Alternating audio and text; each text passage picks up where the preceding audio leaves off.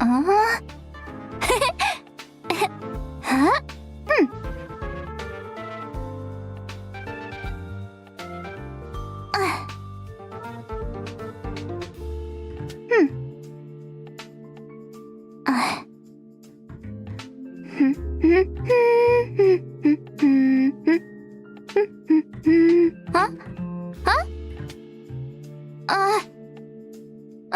We're live already?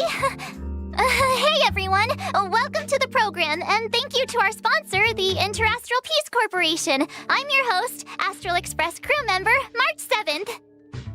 I've been watching my favorite streamer in preparation, but this is still my first time hosting, so go easy on me if I mess up, okay? What was I supposed to say again? I think it was, don't forget to like, follow, and share, or I'll chicken out. And then... Oh, without further ado, let's get right into the trailer.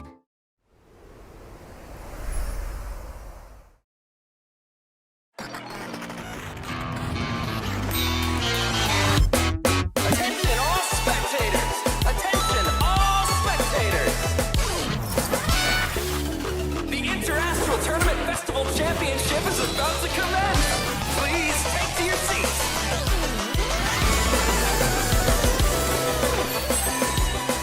My friends, join me in this dance. Let's bring this exquisite celebration to its climax.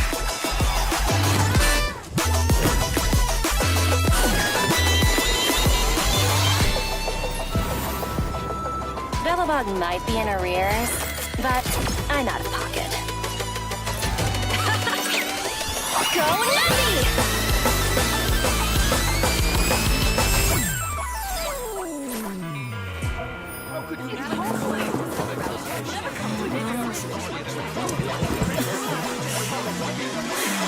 Enough!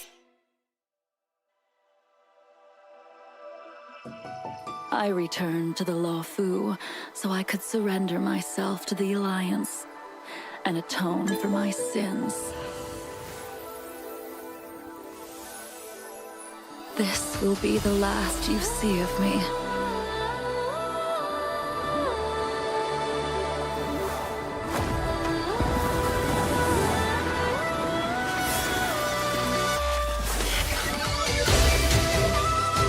Sword War! Blade of Moonlight. High Cloud Quintet. It is time to say goodbye.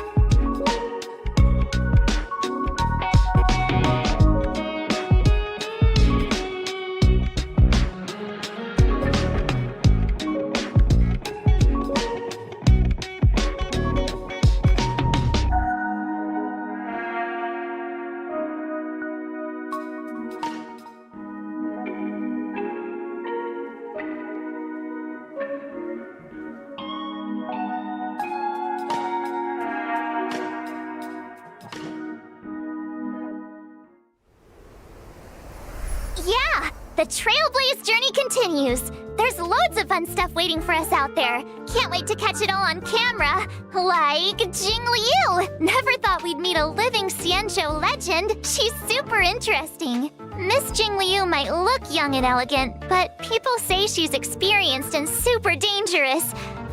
I was a little nervous when the director told me I'd be introducing her today. So I thought, why don't I see if I can bring in another young, elegant, experienced, and dangerous lady to help me with the intro?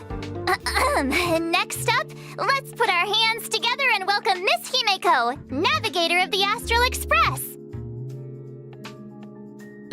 Wow, March. Is that how you see me? I'm very flattered. Himeko, you're here already? That's right. I walked in just as someone happened to be calling me a young, elegant, experienced, and dangerous lady. You're all those things? So, you want to take it from here, Himeko? Sure thing. Where were we? Hi, everyone. As March said, I'm Himeko, navigator of the Astral Express. Today, I'll be introducing you to a living Xianzhou legend, Jing Liu.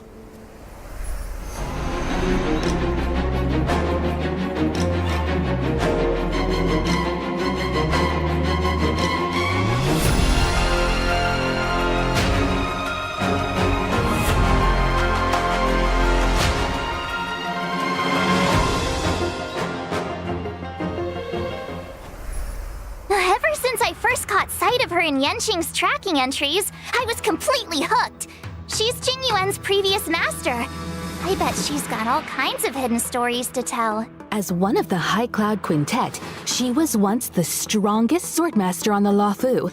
However, due to the effects of Mara, she sometimes loses her grip on reality, perceiving herself as an unstoppable sword. Jing Liu's so ruthless. She even attacked her apprentice's apprentice. And she figured out Yenqing's fighting style just from the sound of his swords. I'd bolt if I saw her coming my way. I can't say I blame you. After the Mara took hold of Jing Liu, she became a different person. As for the day she crossed paths with Yenqing, it was quite the twist of fate. I guess so. In any case, Jing Liu is unpredictable at the best of times. But if you catch her on a good day, she's as calm as moonlight on a silent night. Nicely put. Her power is actually deeply connected to the moon's phases. Jing Liu is an ice-type character following the path of destruction, who uses 2 different states in combat. Different states? What's that? Think of it this way. When Jing Liu is in prolonged combat, her Mara-struck persona takes over and she changes states. When Jing Liu uses her skill, Transcendent Flash, she accumulates stacks of syzygy. Whoa! Isn't Transcendent Flash the legendary sword move from Mr. Cien's story? The one that cuts through time itself? You sure seem well-versed in High Cloud Quintet stories, March. When syzygy stacks up to a set amount, Jing Liu is consumed by Mara and enters a spectral transmigration state. In the spectral transmigration state, Jing Liu's every attack deducts a set percentage of HP from her ally's max HP. However, her attack increases according to the corresponding total HP consumed. See? I told you she attacks her allies! While in the spectral transmigration state, Jing Liu's skill, Transcendent Flash, becomes Moon on Glacial River, and she is unable to launch basic attacks. Moon on Glacial River doesn't consume skill points, but does consume stacks of syzygy. When stacks reach 0, Jing Liu exits the spectral transmigration state. Jing Liu's ultimate, Floor Ephemeral Dream Flux, deals a set percentage of her attack as ice damage to a single target and adjacent enemies, as well as granting her additional stacks of syzygy. Whether it's normal state Ice Beauty Jing Liu or red-eyed spectral transmigrator state Jing Liu, she's one heck of a sword master. According to Xianzhou records, she was taken by the Ten Lords before the onset of Mara and subsequently detained in the shackling prison. The famous confrontation with her apprentice, Jing Yuan, would come later. Becoming Mara-struck is an unavoidable fate for Xianzhou long-life species. But they're still trying to find a way to break free of the cycle. In the brand new 1.4 mission, Clouds Leave No Trace, an anonymous letter silently appears on the Express. It seems an unexpected visitor has extended an invitation and is looking to connect with Dan Heng to delve deeper into the tale of the Xianzhou. Past events may feel distant in the present, but it's only right to give this story its proper conclusion. Valiant figures from times of old reunite with familiar faces and find themselves in a world drastically reshaped from the one they once knew. I heard the reason Jing Liu wears a blindfold is to avoid catching sight of certain objects on the Xianzhou.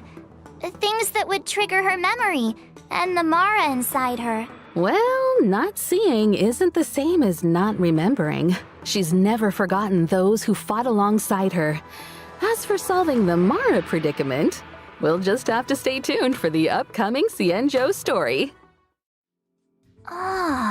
Looks like Jing Liu's next move is gonna be trending all over the Xianzhou. Hey, Himeko, what if I start doing my own live streams? They could track Jing Liu's every step. I bet they'd get loads of views. Sorry, March. I wouldn't recommend chasing trends. Your content will probably end up clashing with the IPCs. Really? But my favorite streamers are always saying you gotta go with the hype. Anyway, how do you think I'm doing so far, Himeko? For this episode, I did loads and loads of research. Plus, I got lots of tips from my favorite streamer. And which streamer would this be? Ta-da! She's a streamer called Gamingrep. Her streams are super entertaining. Gamingrep? I can't say I've heard of her. You haven't? She's on the Xianzhou too. How about... I know! I'll tell you all about her.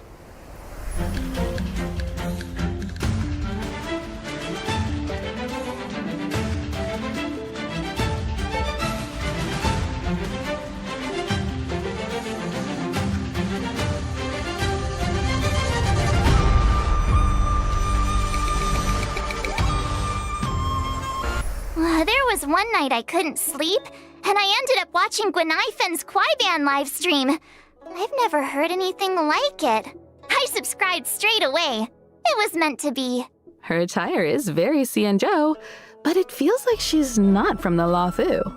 She's not from any of the Xianzhou ships. I think her real name was Guinevere or something. Anyway, Gui means fine wood, Nai means to exist, and Fen means fragrant. Su Shang came up with it for her.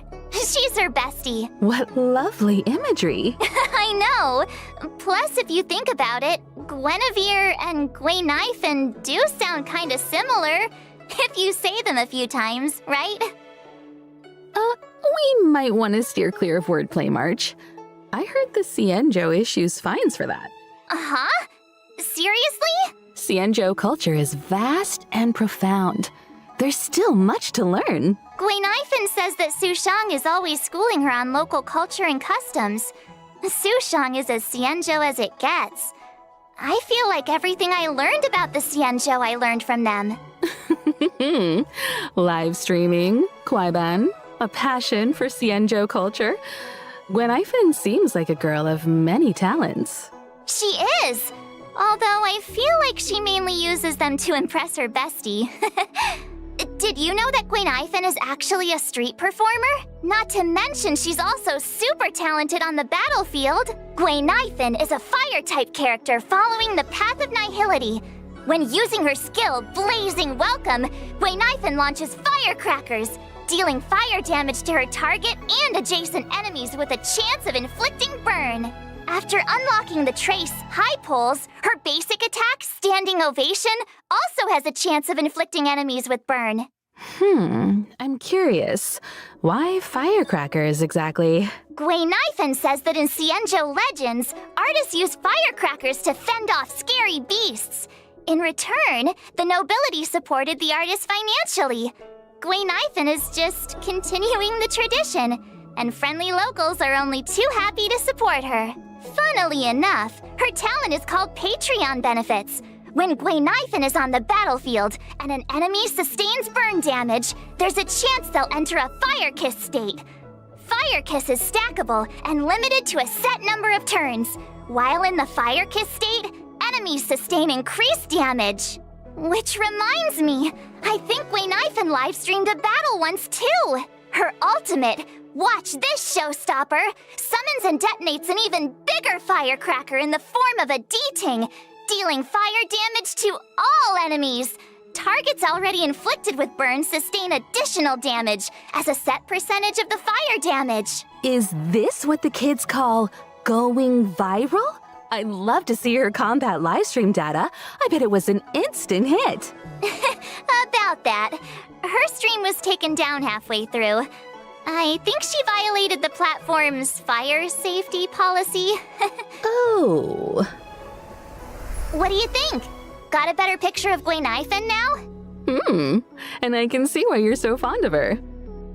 Cool, isn't she? I'll message you the link to her streams right now. Sometimes she even sends gifts to her fans. Hey, Gwailings, check this out. Scale Gorge spring water, clear and tasteless, rich in calories. One sip. You just saved yourself a meal. Actually, I bought some 5-liter Scale Gorge spring water during Gwenhyfen's last stream. When you're watching her stream, you gotta be ready to grab the deals. They're awesome! Wait a minute, March. If that's the case, those bottles of Scale Gorge spring water in the Express's storage room, you bought all of those? Yeah? What about them? Interesting. Just the other day, Welt was telling me about his new healthy lifestyle habits. Apart from exercise, he's been drinking 8 glasses of water a day. Strangely enough, he's gained a little weight. Guess it must have been... So Mr. Yang was drinking the... It's getting late, Himeko. We should get back to the show. The next person we'll be talking about is Topaz! Sure. So, who's Topaz? Actually, I don't know either. But the director said that Topaz works for the IPC. She even knows that presenter, Albert. Speaking of, let's get him on the line. He can introduce Topaz. Albert? Albert! Ah! Woo! And whether or not your world has a day-night cycle, good morning, good afternoon, and good evening. I'm your good buddy Albert. Why did our art style change? On my show, we go by my style. Up next, allow me, Albert, a professional Interastral Peace Corporation anchor, to introduce to you my guest and IPC colleague, Topaz.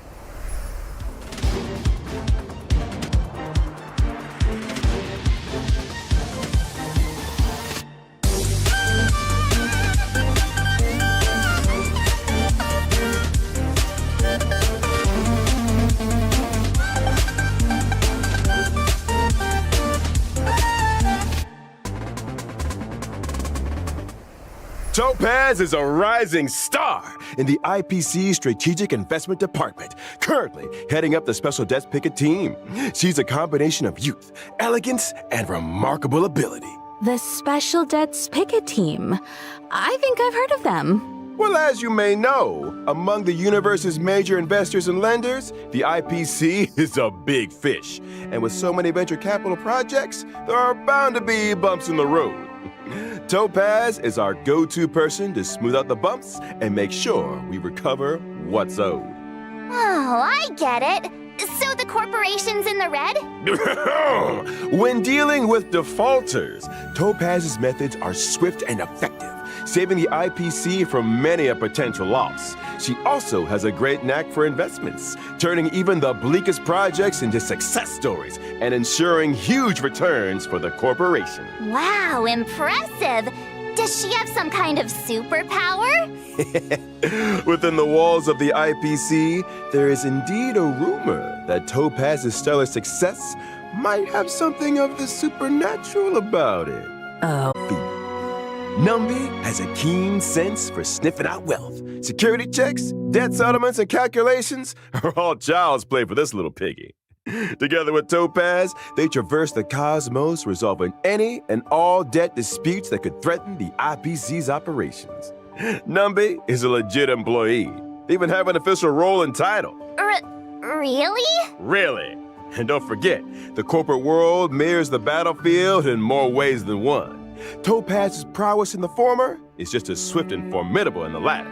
And you better believe Numby plays a huge part in that. Topaz and Numby are fire-type characters following the path of the hunt. At the start of an allied turn, if no enemy on the battlefield is inflicted with proof of death, Topaz will inflict this state on a random enemy, thereby boosting the follow-up attack damage they receive.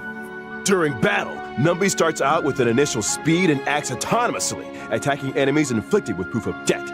Excluding Numby's own turns, every time an ally follow-up attack hits an enemy inflicted with proof of death, Numby's action is advanced forward.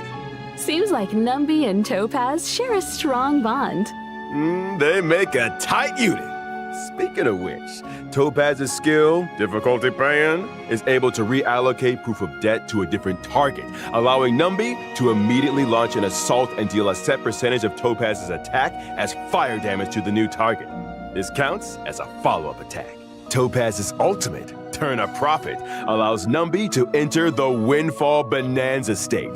In this state, damage and crit damage dealt by Numby both experience an increase. If that wasn't enough, every time an ally's basic attack, skill, or ultimate hits an enemy inflicted with proof of death, Numby's action is additionally advanced forward. After Numby launches a set number of attacks, this effect is dispelled. Whoa, Numby's got moves! Some believe that everything possesses a soul. I believe that if you treat all living things with genuine care, regardless of whether they're human, they'll respond in kind.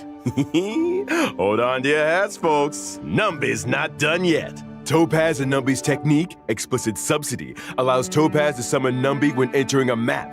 Numby then automatically seeks out basic treasures and trotters within a certain range, leading Topaz right to the loot. The best part? Trotters won't be alerted to their approach, and this effect doesn't even consume technique points. If Topaz and Numby enter combat after using their technique, our little warp trotter regenerates a set amount of Topaz's energy after launching their first attack. If Topaz and Numby are still in the team after winning a battle entered in this way, the team receives a small amount of additional credits up to a set daily limit. The above also goes for winning battles entered in this way within the simulated universe. But instead of credits, the team receives a small amount of cosmic fragments with a chance to bag a random curio. That's quite the skill set. Seems like Topaz and Numby have a bad cop approach to debt collection. All that and no debuffs. We might as well call Numby the omnipotent cosmic piggy bank. Careful now. If there's an eon of prosperity out there, I doubt they want competition. Truth be told, Topaz doesn't care much about Numby's wealth-generating abilities. Here at the IPC, she has a reputation for being clean as a whistle. Money just isn't that important to her. Money is a means, not an end. Work should make you happy. Topaz looks after Numby because she loves them. Simple as that. That's not all I heard. In version 1.4, Stagnant Shadow's Shape of Scorch will be going live. Beat it, and you can snag the essential material required for Topaz and Gwenifin, Searing Steel Blade. Albert, are you sure Topaz is just your colleague? It feels like she's got a way bigger role than you. What? Clearly, you've never worked in a top-tier company. In esteemed enterprises like ours, we stress a horizontal approach to management. As long as one has their own methodology, finds their own niche, and employs their own strategy, they can exert unlimited influence and change the fate of a project. Himeko, is he making any sense to you? I'm not quite following. Look, I might not get the ins and outs of investing, but I know my way around a presentation deck. Those dazzling slides on Topaz? Yup, my creation. Impressive. It's all about making yourself indispensable in the workplace. And if Topaz were here right now, she'd acknowledge my presence with the utmost respect. How's it hanging, Owly? Hi, viewers. Topaz! That's my name. Don't wear it out. You guys probably mentioned already, but I work in the Strategic Investment Department at the IPC headquarters. It's an honor to be here for Miss March 7's show today, and to meet Miss Himeko. Hi, Topaz. Nice to meet you too. Director Topaz, what brings you here? A while ago, we received an investment application from the Interastral Peace Media Department. It seems the IPM's presenters want to expand the program's reach. As such, the corporation sent me to evaluate the program's performance. Director Topaz, I'll show you my expertise right now. So without further ado, let's unveil version 1.4's eagerly awaited 5-star characters. During the first phase of 1.4 in the character Event Warp, Gentle Eclipse of the Moon, Trailblazers can acquire the limited 5-star character Jing Liu. And during the second phase of 1.4, 2 character Event Warps will become available. In the character Event Warp, Sunset Claws, Trailblazers can obtain the limited 5-star characters Topaz and Numby. Meanwhile, in the character Event Warp, Butterfly on Sword Tip, the limited 5-star character Zila will be making a return. And I almost forgot to mention, the 4-star character Gwenifin will also be a part of these 2 second phase character Event Warps. Look who's back! It's Zila! Feels like forever since we last saw her in Belobog. Characters aside, we're also eagerly anticipating version 1.4's 5-star light cones. At 1.4's first phase light cone event warp, the drop rate of the 5-star light cone, I shall be my own sword, will be boosted. It's that sword-wielding beauty again! Standing there in the moonlight without her blindfold, amidst all those flowers. Quite the sight. Unforgettable! Meanwhile, in 1.4's second phase light cone event warps, the drop rates for the 5-star light cones, Worrisome Blissful, and In the Night will be boosted. Wow, Topaz is so lucky to be surrounded by so many cute fluff balls. Can we get one for the Express, Himeko? Oh, please? I'm afraid that might not be possible. I remember Pom Pom saying they're not keen on having anything that sheds fur in the carriages. But Pom Pom sheds tons of fur! You know, trotters like Numby make great companions. They're non-shedding, low maintenance, and super squishy. Plus, they can sniff out valuable treasures. Or, what about adopting a talking bird? Like Owly here. Wait, what? Absolutely not. I'm the star of the IPM. And that wraps up today's Warp and Light Cone segment. Director Topaz, I was wondering, how did you rate my performance? Let's talk about that later. The reason I'm here for March's show today is to present some small gifts to our esteemed viewers on behalf of the IPC. I'm not the best at crafting presentation decks, but here is a slide I worked up.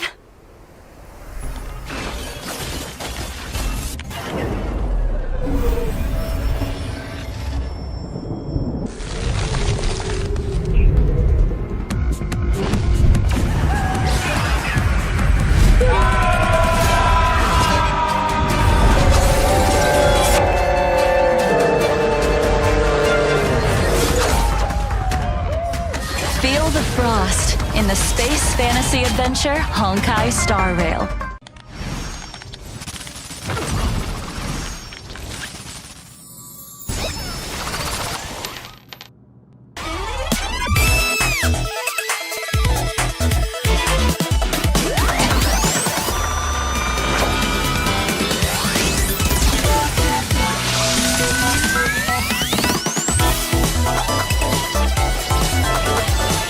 Dive into a timeless space fantasy adventure, Honkai Star Rail. Gee, thanks, Topaz. It's great you could take time out of your schedule to be on the show. You must be pretty busy. Well, the corporation is a big part of my life.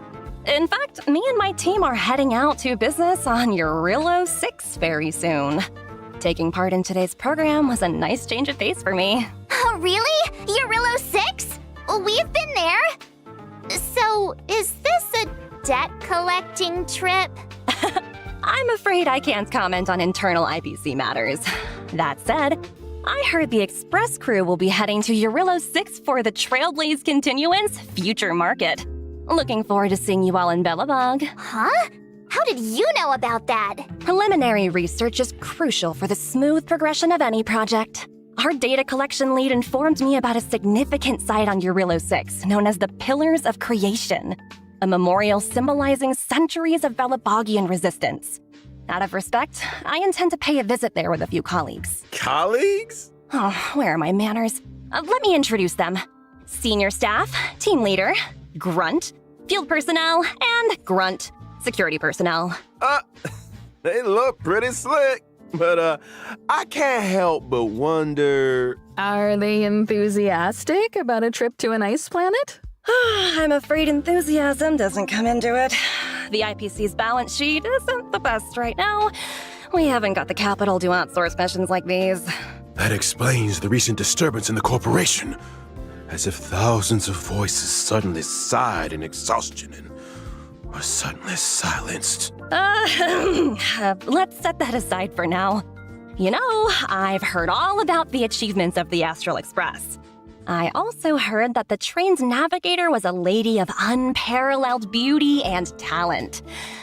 It was a pleasure to meet you at last, Miss Himiko. Another reason for coming on the show today? I hope I lived up to your expectations. You exceeded them. Next time, let's see if we can meet up in person. I'm sure we can make that happen. Once your work in Belobog is done, perhaps you'd like to drop by the Express. It's a deal. I've always wanted to set eyes on the Express. Jeez. Can we get a room for these guys already? Get a room? What does that mean? As another gesture of the corporation's goodwill, I'd like to introduce a brand new event for everyone to take part in. Oh, woohoo! Nice! Recognized universally as the leading video game brand, Ethereum Wars is set to unveil an offline fan event on Eurillo 6, the Interastral Tournament Festival. Ethereum Wars? What's that? Think of it as a holographic video game. To secure a spot in the grand final, contestants must collect and nurture ether spirits, which can be found within victory zones. Ether spirits? I'd venture to guess they're much like Numby here. Digital replicas of creatures designed to serve as combat companions. Right you are, Miss Himiko. Your knowledge in this area is surprising. I've heard a thing or two about the IPC's research and cultivation programs. Am I right in assuming that the aim of this event is to analyze the suitability of different species as fighting companions? Correct. And we stand by our promise that no real-life creatures will be harmed during Ethereum Wars. The IPC has renovated an old weapons testing ground to serve as a tournament venue. We've also set up victory zones in different locations: Herta Space Station, Eurillo 6, and the Xianzhou Luofu. Those who manage to defeat the championship contenders in each victory zone and complete the hyperlink challenges will be greeted with generous rewards. It's also worth noting that ether spirits, both allied and enemy alike, are classified into 3 types: mechanical, humanoid, and aberrant. In combat, these types have a cyclical relationship, with each one countering another. Attacking enemies that are vulnerable to your current ether spirit's type will allow you to deal extra damage. Oh, so picking a type that counters your opponents is super important. You got it. Furthermore, as you advance through the competition, you'll gain access to the even more formidable Overlord ether spirits, which can be developed to boost their combat prowess. So the deeper you delve into the competition, the fiercer the fights become. This is gonna be quite the contest. You okay there, March 7th? Ether spirit, copy. Let's see. Whoa, a gold Albert. Miss March, do I look like some paddle pet to you? You can't just collect anything and everything. Just curious. A reminder to our esteemed contestants. Numerous players from across the universe will be partaking in Ethereum Wars. As you progress, new opponents will be revealed. After completing all challenges, exhibition matches await, where you might end up face-to-face with some unexpected opponents. And should you rise to the occasion and overcome the Interastral Tournament Festival challenges, you'll receive IPC-sponsored eligibility for a specially selected 4-star character. And there you have it, the full rundown on Ethereum Helium Wars! Hope you all have fun, and remember to treat your combat companions kindly. I've got a meeting to get to. Bye for now! Huh? You're leaving so soon? But I'm sure our paths will cross again. Over to you and Albert. Keep up the good work. There will be a year-end bonus for everyone when we roll out the new project. Thank you, Director. Your wisdom, foresight, and mentorship know no bounds. Take care now. Stay safe out there. I should be going too. There's some maintenance on the Express to attend to. Hope to catch you all soon. Thanks for all the help, Himeko. See you soon. Are they gone? Gone? Topaz and Himeko. I think so. Are you sure? Yes. Take a look for yourself. See? Told you. All gone. Nobody here but me. Nobody else on the line. Whew, that's a relief. All those gifts. If you ask me, Topaz is just abusing her position to engage in a personal pastime. Huh? Topaz's personal pastime? What's that? Isn't it obvious to you? Maybe you should take another look at the specifics of this event. Let me think. I got it! So Topaz's personal pastime is hunting. Duh? Hunting? Miss March, what gave you that impression? Well, isn't that right though? I'll show you. This event is all about sneaking up slowly and then... Hey! Whoa, slow down a second. Topaz's pastime is cuddling creatures, not hunting them. As soon as she gets home, she grabs her pets and cuddles the heck out of them. She's got hundreds at her company apartment. Huh? Did you say hundreds? How does she have the space? Well, her company apartment is an ecological starship. Meanwhile, my feathered butt's in his studio from the 2020s. Topaz lives it up in a giant starship over at corporate HQ. Well, I get by on packed lunches in the middle of nowhere. Hang in there, Albert. Let's shift our attention to some of the other thrilling events coming our way. First off, during the 1.4 release, the Planar Infinity event is making its debut. Herta and 3 other members of the Genius Society made some small renovations to the simulated universe, but each of them threw a spanner in the works. With the code damage, the universe is beginning to expand exponentially. Madam Herta wanted me to pass a message on to our trailblazers. Don't panic, just a minor bug. You will be compensated. Minor bug?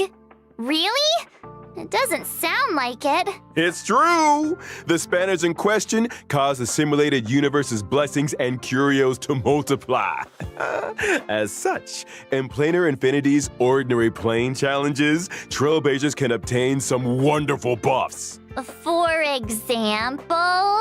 For example, a cosmic big lotto that won't disappoint?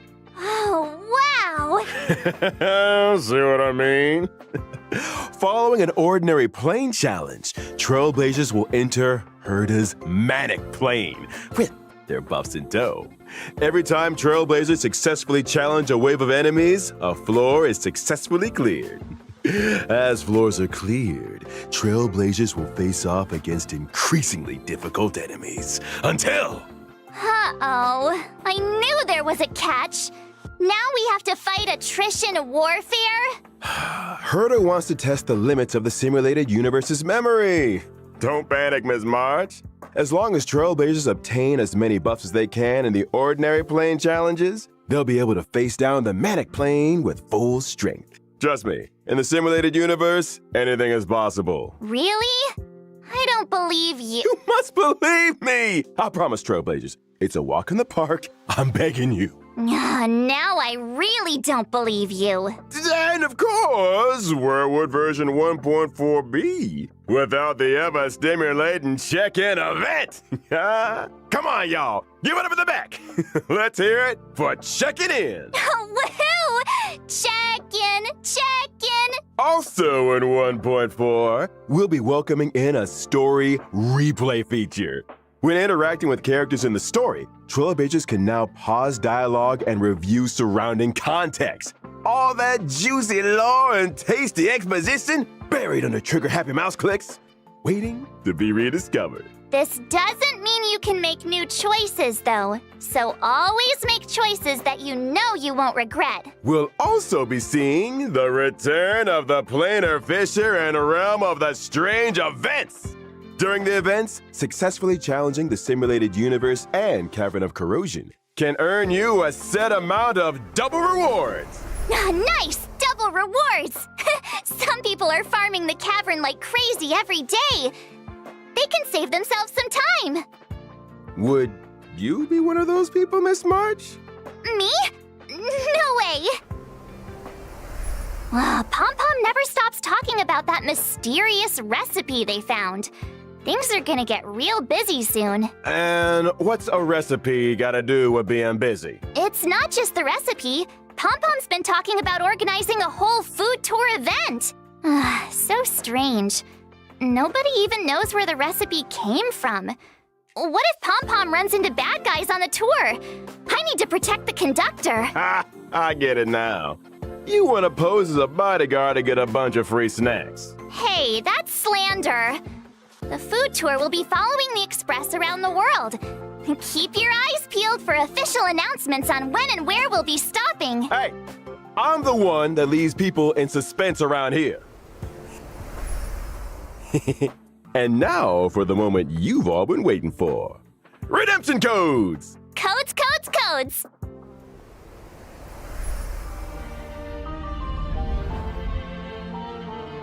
We are honored to introduce Honkai Star Rail to the PlayStation 5 on October 11th. PlayStation 5 is a perfect platform for this space journey, allowing our team to tap into full potential of the console. The story of Honkai Star Rail is only getting started. Now with added technical features on PlayStation 5, we invite PlayStation gamers worldwide to join us in this breathtaking space fantasy. I'm aboard the Asteroid Express on this October 11th. Adventure has no limits. And may this journey lead us starward.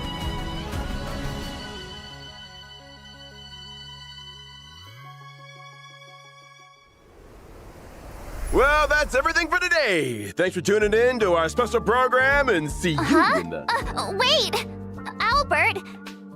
Who's the main presenter here? Shouldn't I be the one to bring the show to a close? My bad. Force a habit. In that case, is there anything our main presenter would like to say to the audience? Let me think. Oh yeah, don't forget to like, follow, and share. Let's get to 50 billion views! 50 billion. You might want to take a few zeros out there, March. Anyway, I got a flap. They're not paying me enough overtime, that's for sure. So whether or not your world has a day-night cycle, good morning, good afternoon, and get yourself home already. Albert, sign it off. Bye-bye. Wait, Albert! You really made a break for it. Anyway, so that's all for today's program. Thanks a lot for tuning in. I'm your host, March 7th, wishing all you guys a great day!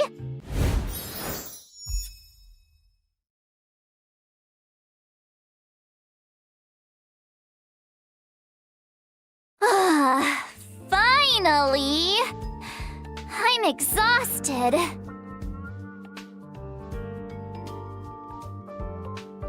Huh? Really? Oh, thank you. Actually, I was feeling super nervous. Oh, no. You guys did all the hard work. Thank you. Huh? Is the program link up already? I'll share it with my friend. Hey, you see my stream just now? You said you'd be tuning in. Link is already up, by the way. I just shared with you. Remember to watch the whole thing. I'll be checking. Huh?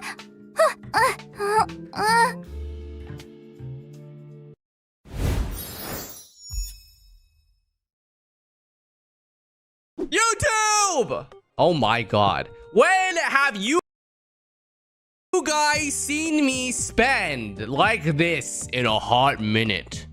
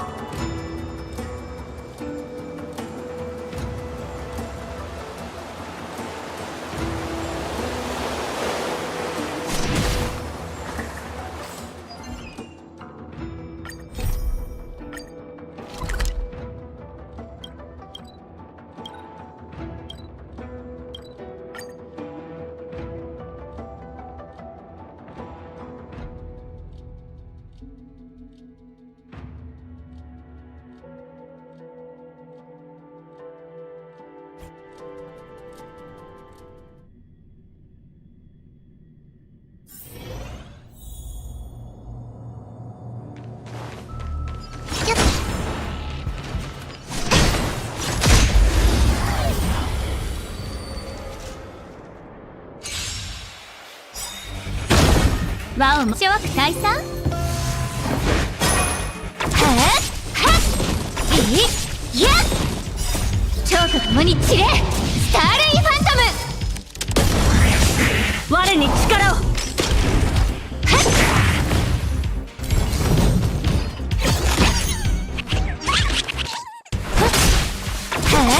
っ我に力を。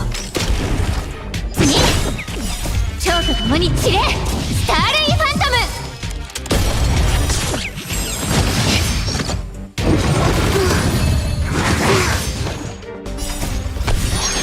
手段を選ばない。いや次超と共に散れスターレイファントム。諸悪退散。次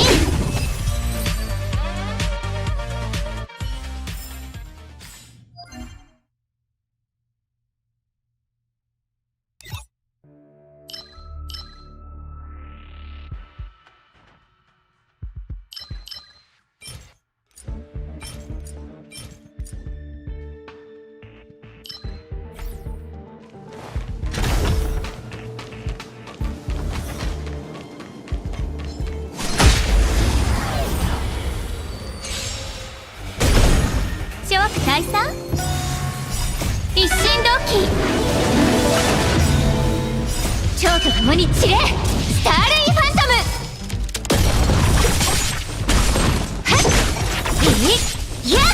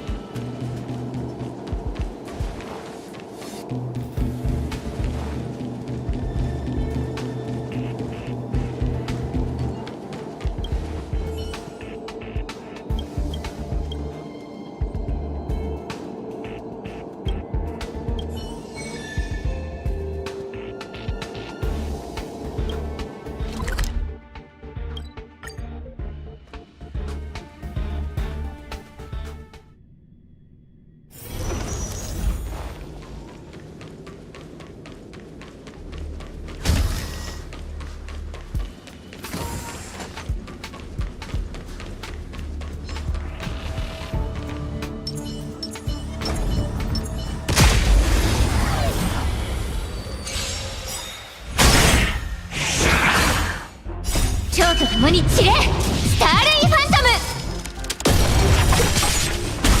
諸悪退散。次、我に力を。は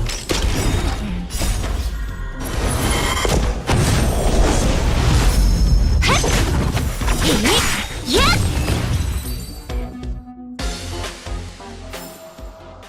我々が失ったものを全て取り戻す。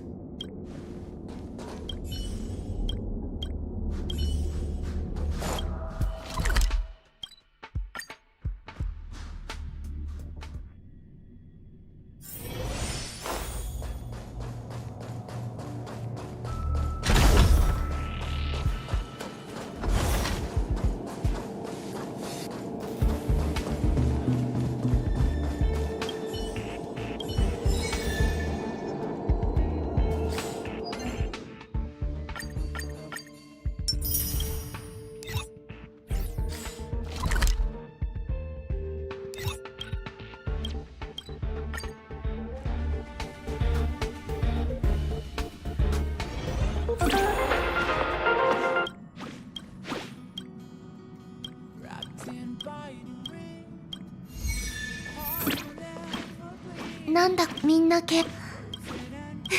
列車に今から家。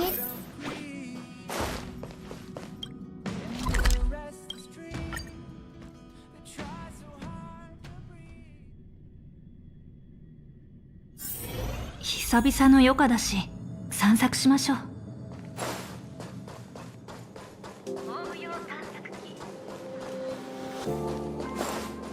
ここはとても暗い。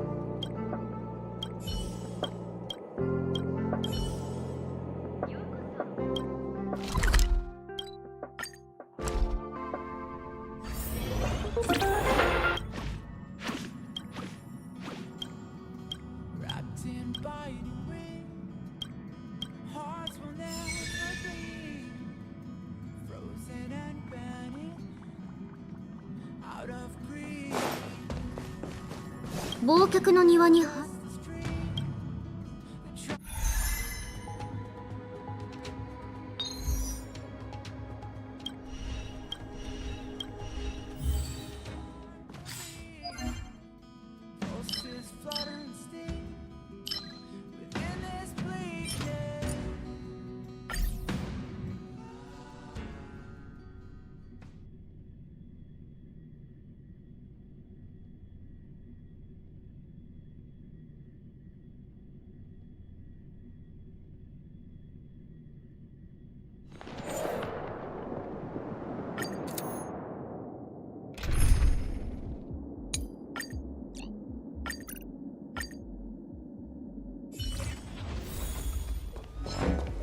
紳士。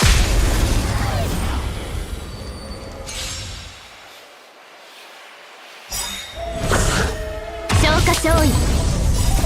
氷雪の志は朽ちることなし。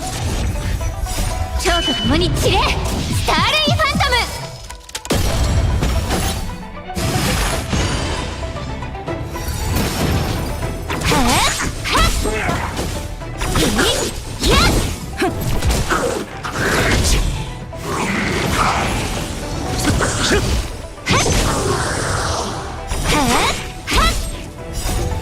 共に散れ、スターレイファントム。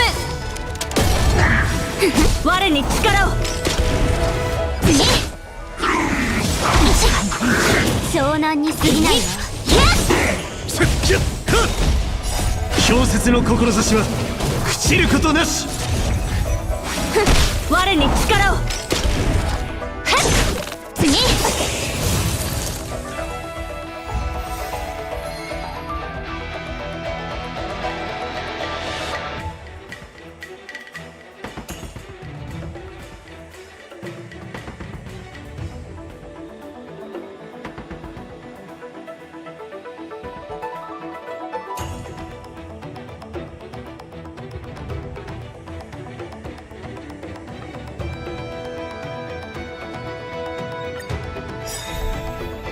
一体蝶と共に散れ、スターレイファント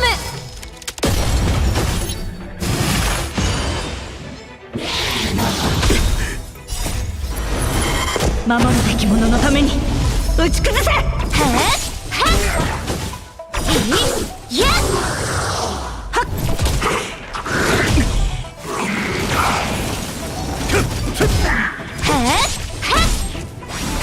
我に力を。蝶と共に散れ、スターレイファントム。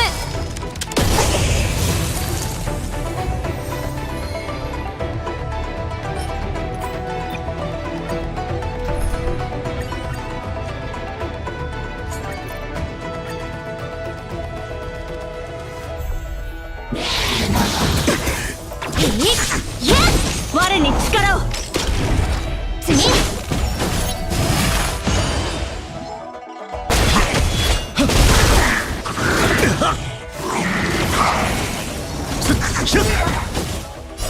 氷雪の志は朽ちることなし。我に力を。守るべき者のために打ち崩せ。次。蝶と共に散れ、スターレイファントム。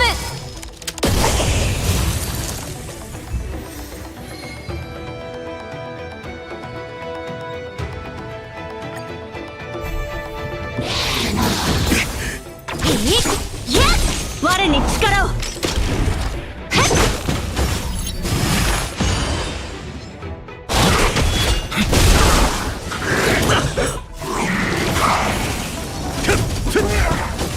次。我に力を。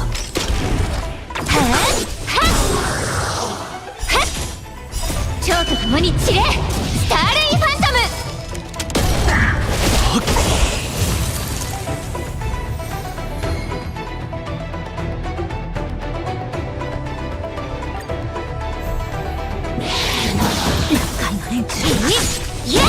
我に力を。次。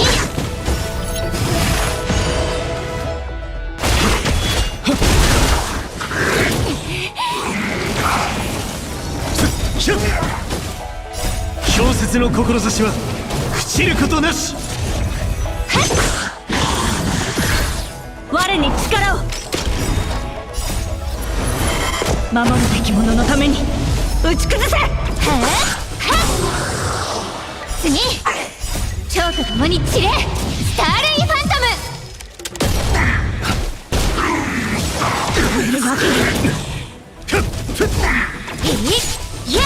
我に力を。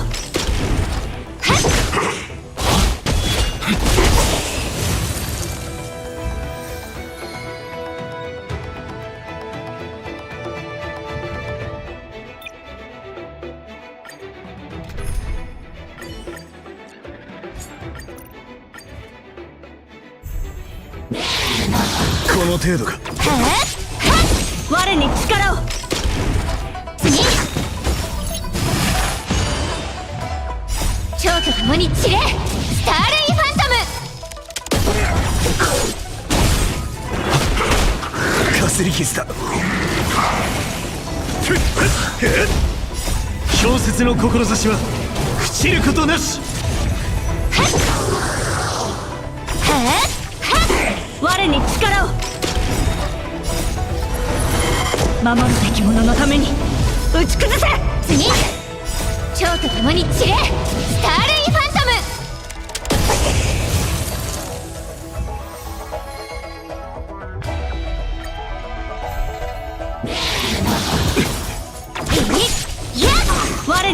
を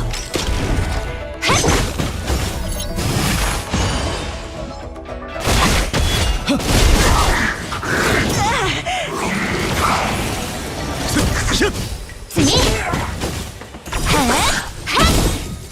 蝶と共に散れスターレイファントム我に力を次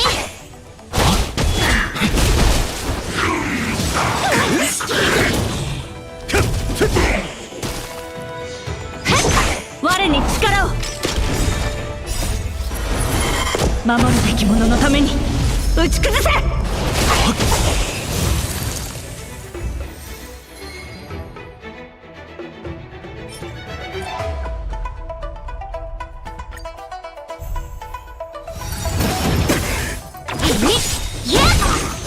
蝶と共に散れスターレイファントム我に力を次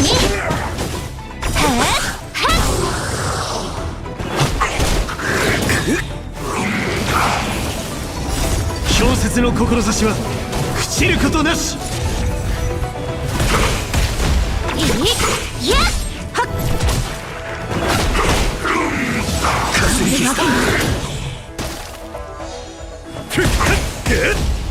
蝶と共に散れスターレイファントム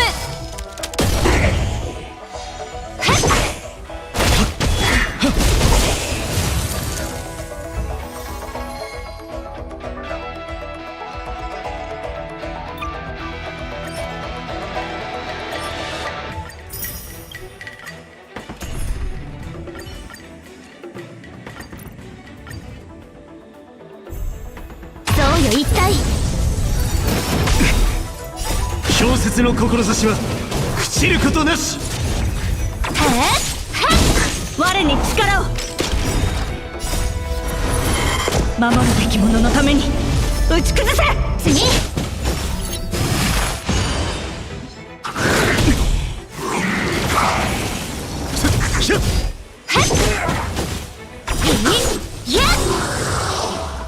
蝶と共に散れスターレイファントム我に力をこの程度か。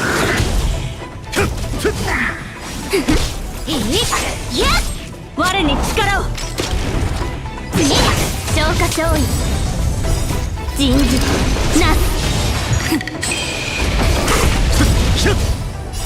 氷雪の志は朽ちることなし。蝶と共に散れスターレイファントム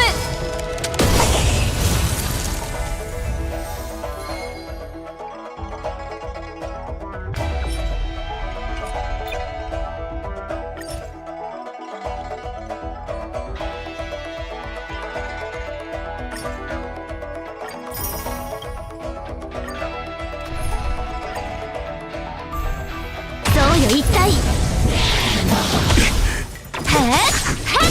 我に力を守るべき者のために打ち崩せ次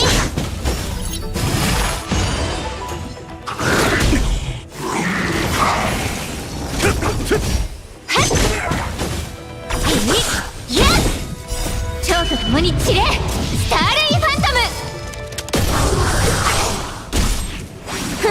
ム我に力を次湘南に過ぎないわ氷雪の志は朽ちることなし。我に力を蝶と共に散れスターレイファントム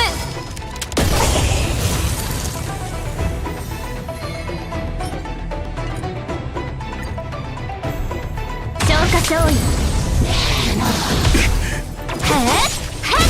我に力を守るべき者のために打ち崩せ次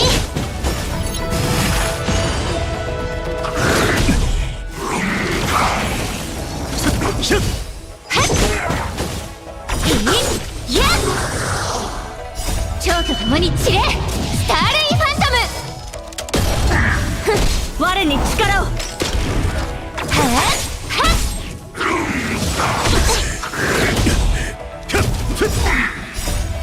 節の志は朽ちることなし。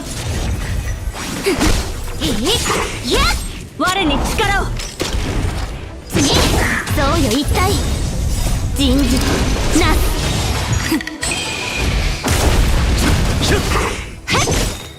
蝶と共に散れスターレイファントム。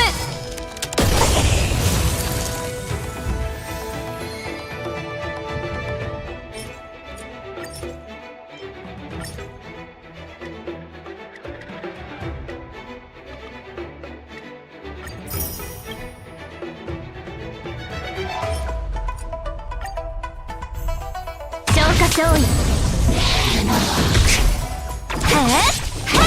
我に力を。守るべき者のために打ち崩せ。次この程度か。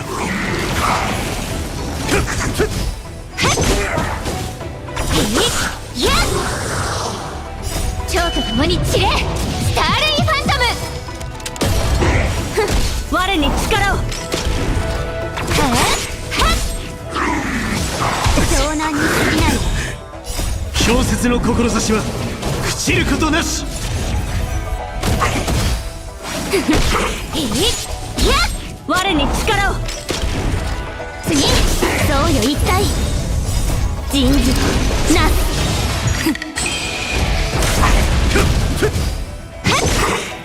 蝶と共に散れスターレイファントム。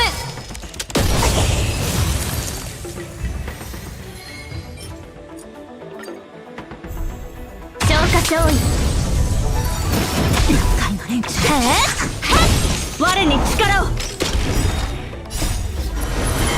守るべき者のために打ち崩せ。次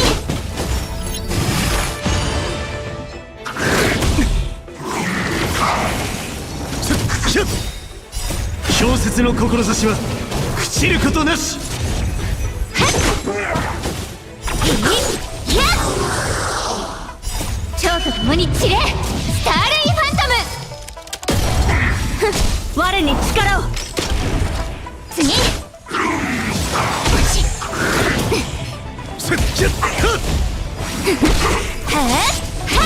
我に力を。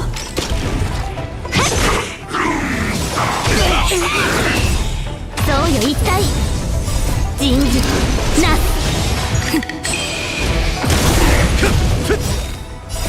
氷雪の志は朽ちることなし。蝶と共に散れスターレイファントム。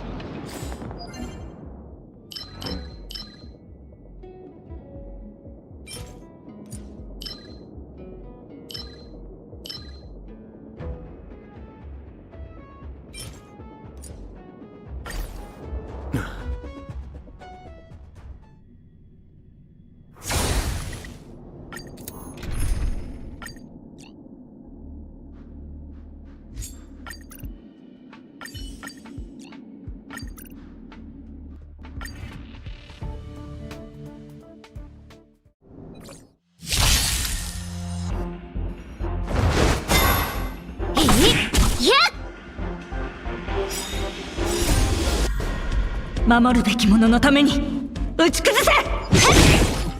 厄介な連中。次。蝶と共に散れ、スターレイファント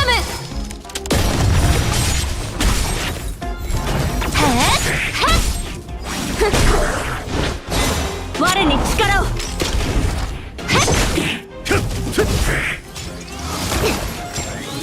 湘南に過ぎない。やっ蝶と共に散れ、スターレイファントム。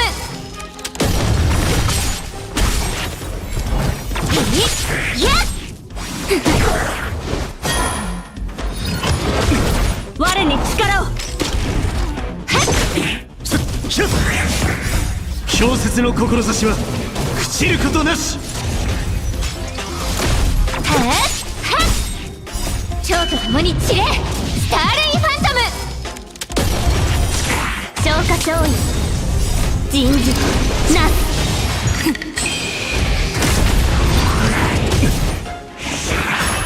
我に力を。守るべき者のために打ち崩せ。や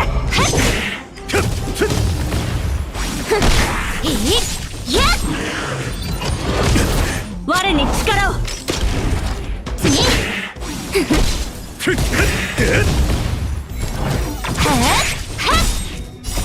氷雪の志は朽ちることなし。蝶と共に散れ、スターレイファントム。そうよ一体。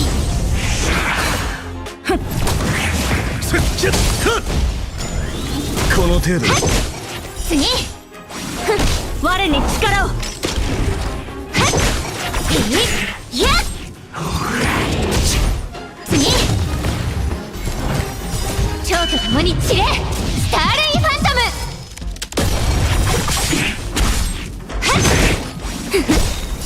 人事なす。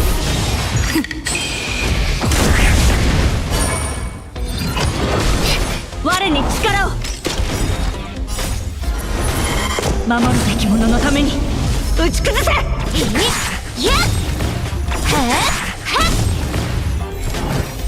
蝶と共に散れ、スターレイファントム。次。消化勝利、我に力を。次。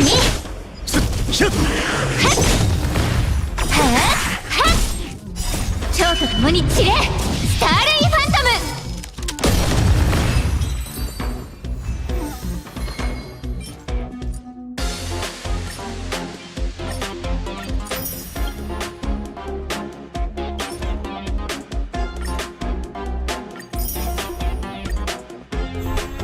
そうよ一体。やっ我に力を。次。氷雪の志は朽ちることなし。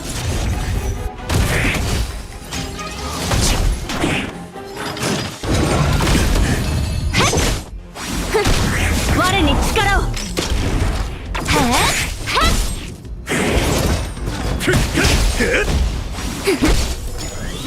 湘南に過ぎない。やっ蝶と共に散れ、スターレイファントム。消化勝利、人事なす。我に力を。守るべき者のために打ち崩せ。次。氷雪の志は朽ちることなし。やっ蝶と共に散れ、スターレイファントム。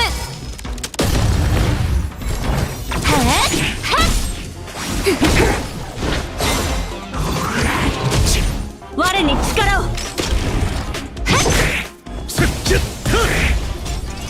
この程度。やっ蝶と共に散れ、スターレイファントム。そうよ一体。我に力を。次。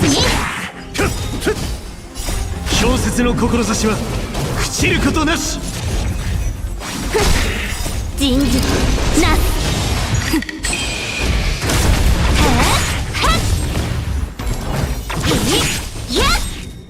蝶と共に散れ、スターレイファント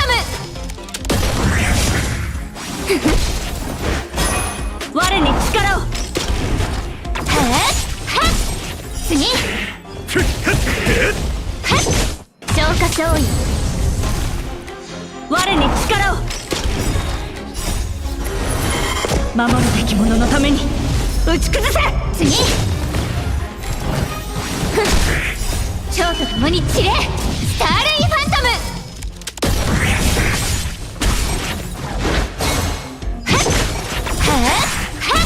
我に力を。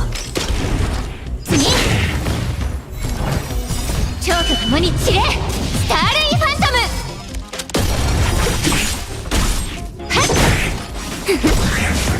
人事なす。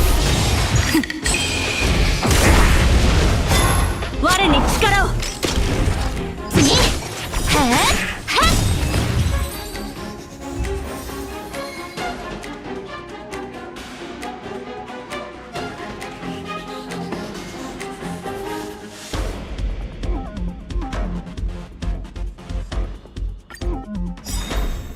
そうよ一体。蝶と共に散れ、スターレイファントム。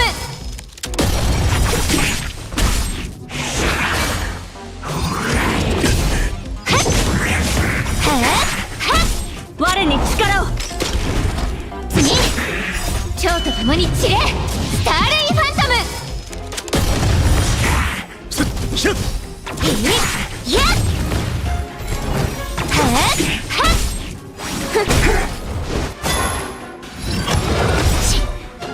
蝶と共に散れ、スターレイファントム。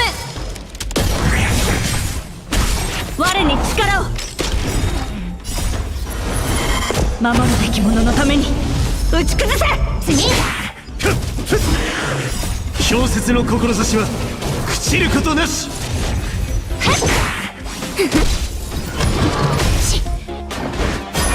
我に力を。やっ。蝶と共に散れ、スターレイファントム。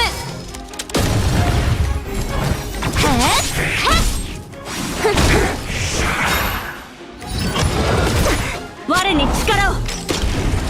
次。次。蝶と共に散れ、スターレイファントム。消化勝利。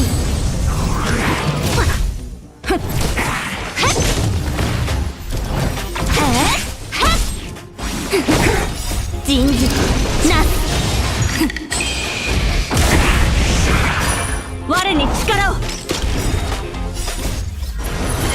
守るべき者のために打ち崩せ。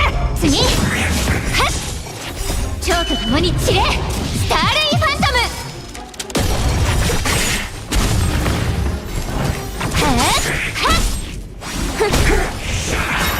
我に力を。次。やっ。蝶と共に散れ、スターレイファントム。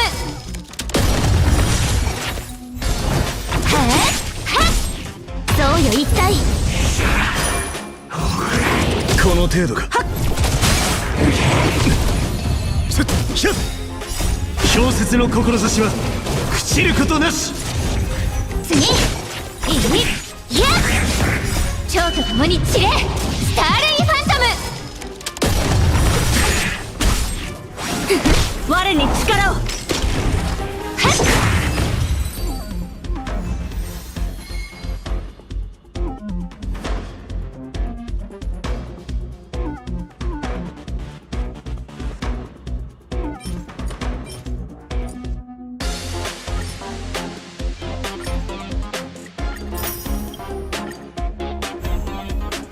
勝利。やっ。蝶と共に散れ、スターレイファントム。我に力を。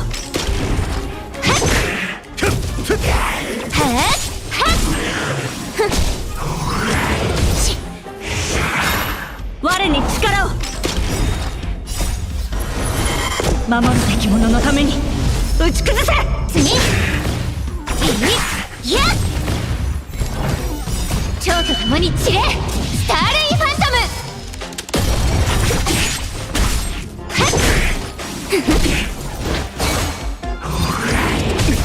我に力を。次。いや。蝶と共に散れ。スターレイファントム。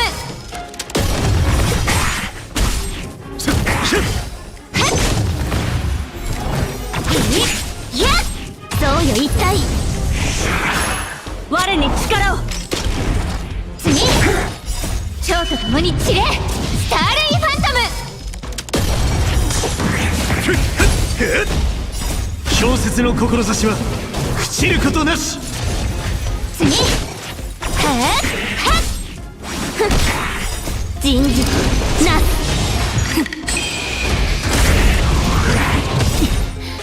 蝶と共に散れ。スターレイファントム。いや。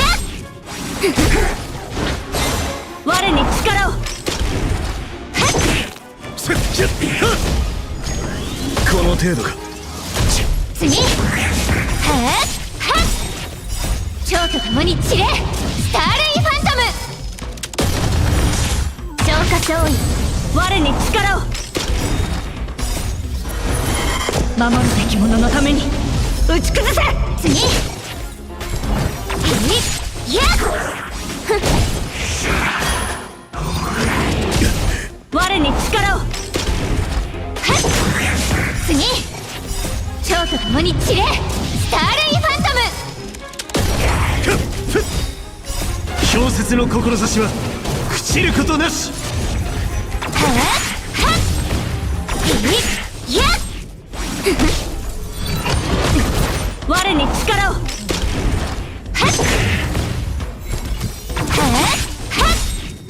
蝶と共に散れ。スターレイファントム。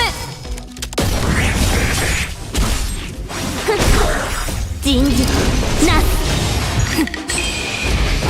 我に力を。次。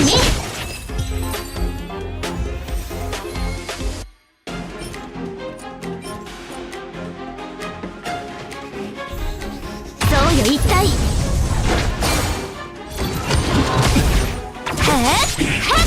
我に力を。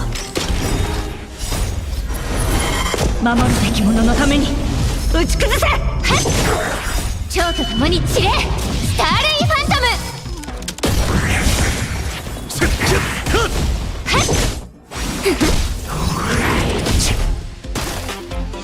我に力を。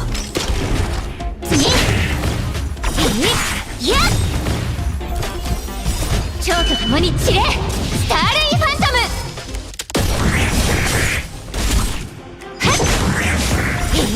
いや。蝶と共に散れ。スターレイファントム。我に力を。氷雪の志は朽ちることなし。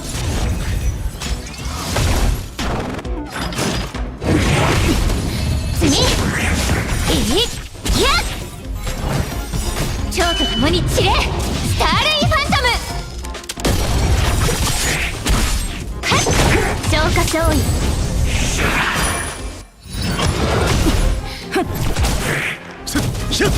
次。いや。蝶と共に散れ。スターレイファントム。人事なす。我に力を。いや。我に力を。守るべき者のために打ち崩せ。次。蝶と共に散れ。スターレイファントム。次。そうよ一体。我に力を。蝶と共に散れ。スターレイファントム。次。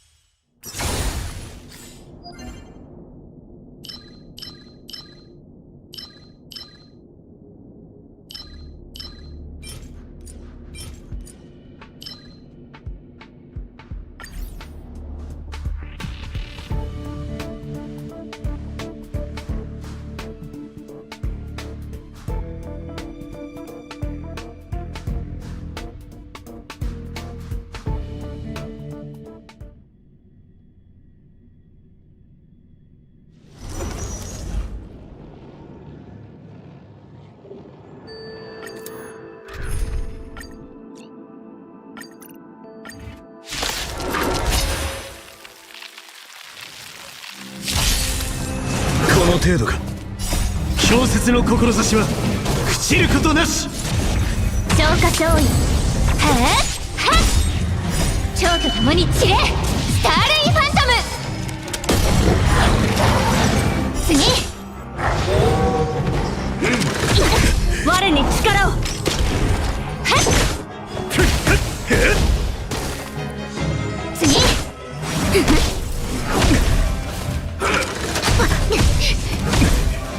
我に力を。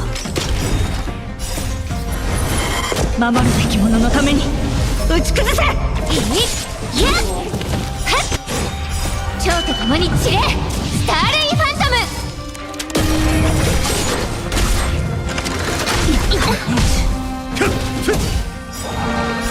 氷雪の志は朽ちることなし。いっやっ我に力を。次、遭難に遭よ一体人事なす。はっ蝶と共に散れ、スターレイファントム。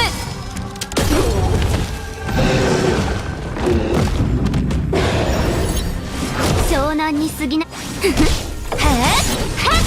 我に力を。次、いっやっ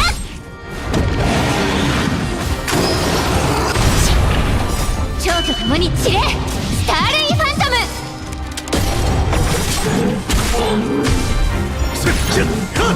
はっ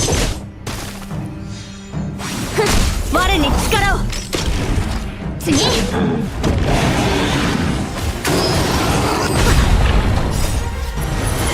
守るべき者のために打ち崩せ。氷雪の志は朽ちることなし。消化勝利。はっ我に力を。次、蝶と共に散れ、スターレイファントム。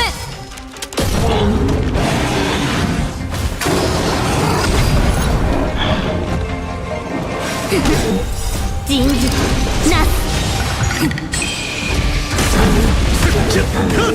はっ我に力を。次、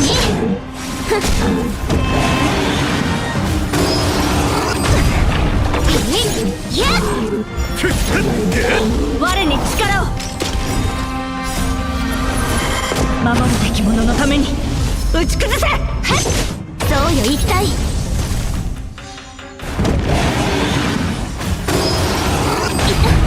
次、氷雪の志は朽ちることなし。我に力を。はっ蝶と共に散れ、スターレイファントム。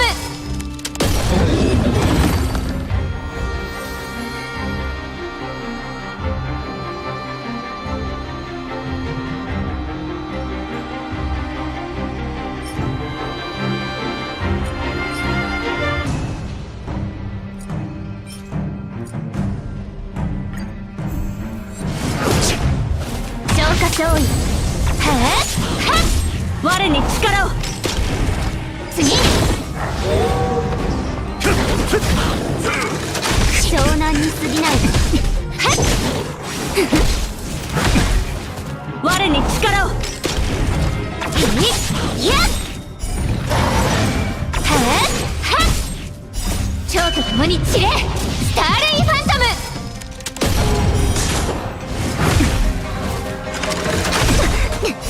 氷雪の志は朽ちることなし。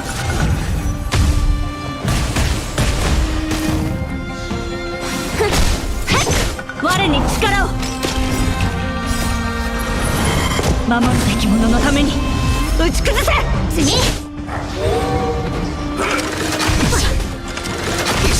そうよ一体人事なす。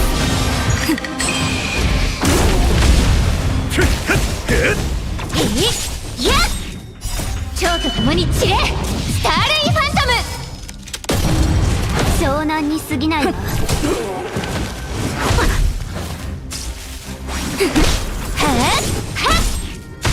我に力を。はっ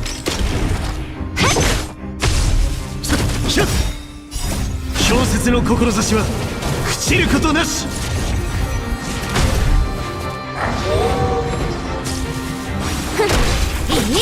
いやっはっはっ蝶と共に散れスターレイファントム。我に力を。はっ消化勝利人事なす次我に力を。守るべき者のために打ち崩せ。はっ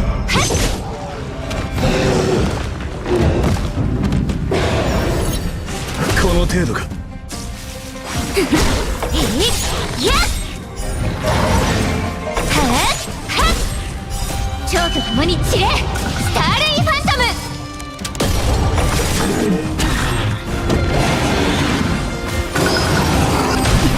我に力を。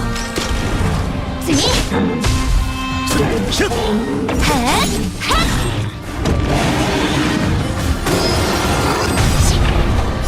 蝶と共に散れスターレイファントム。我に力を。はっ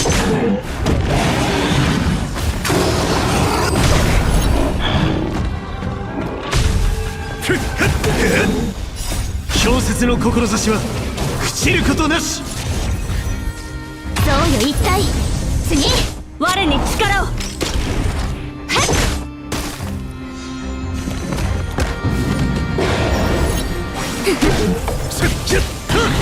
次我に力を。守るべき者のために打ち崩せ。はっ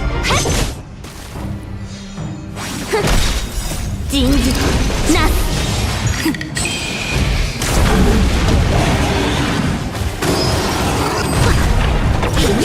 いや蝶と共に散れスターレイファントム。我に力を。次消化勝利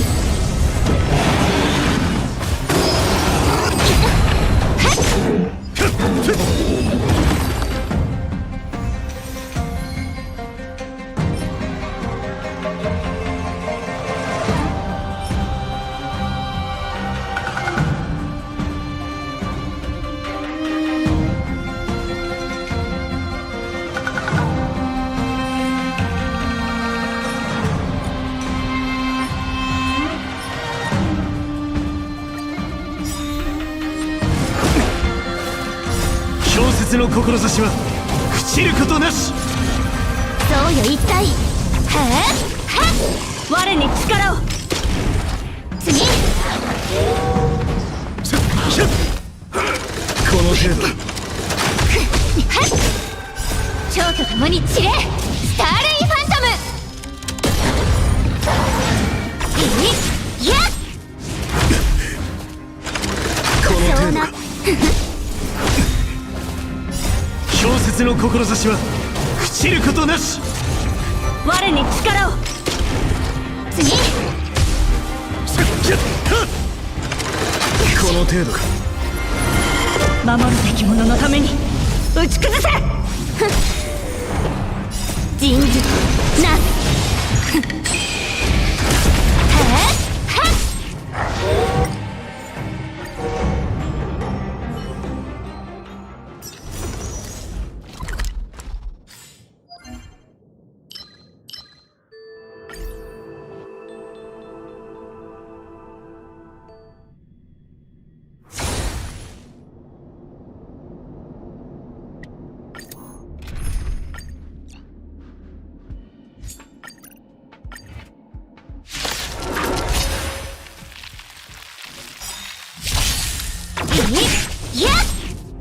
小説の志は朽ちることなし。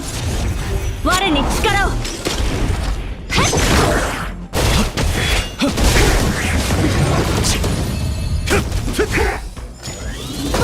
次我に力を。守るべき者のために打ち崩せ。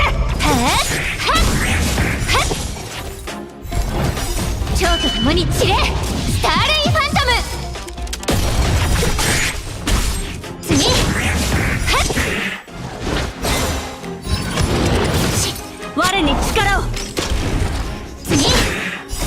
と共に散れスターレイファントム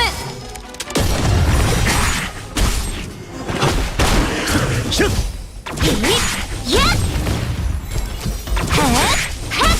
我に力を蝶と共に散れスターレイファント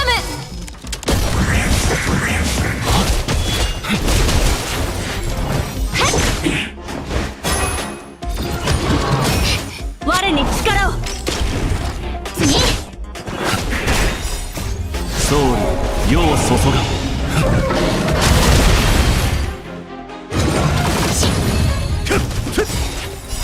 氷雪の志は朽ちることなしやっ蝶と共に散れスターレイファントム我に力を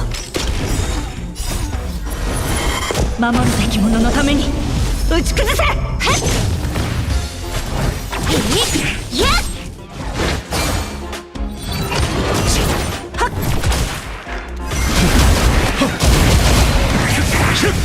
次我に力を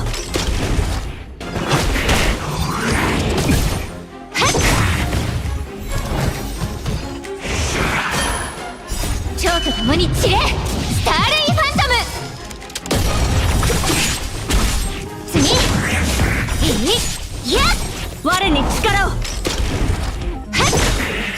蝶と共に散れスターレイファントム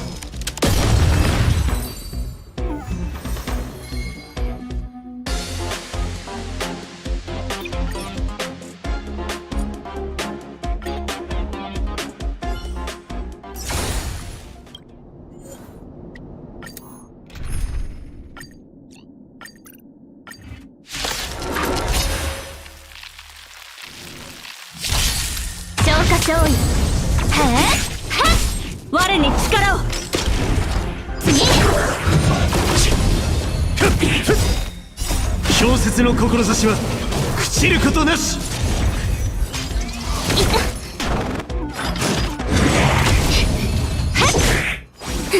我に力を守るべき者のために打ち崩せやっ蝶と共に散れスターレイファントムやっ我に力を次この程度やっ蝶と共に散れスターレイファントム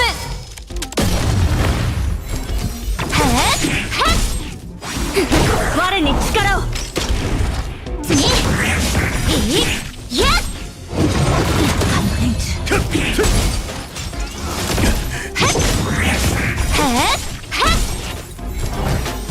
蝶と共に散れスターレイファントム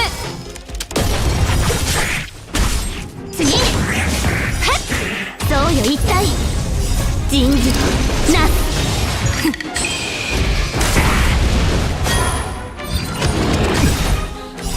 氷雪の志は朽ちることなし我に力を次蝶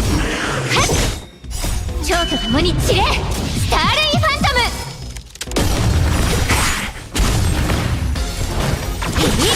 やっこの程度か我に力を守るべき者のために打ち崩せ次氷雪の志は朽ちることなし蝶と共に散れスターレイファント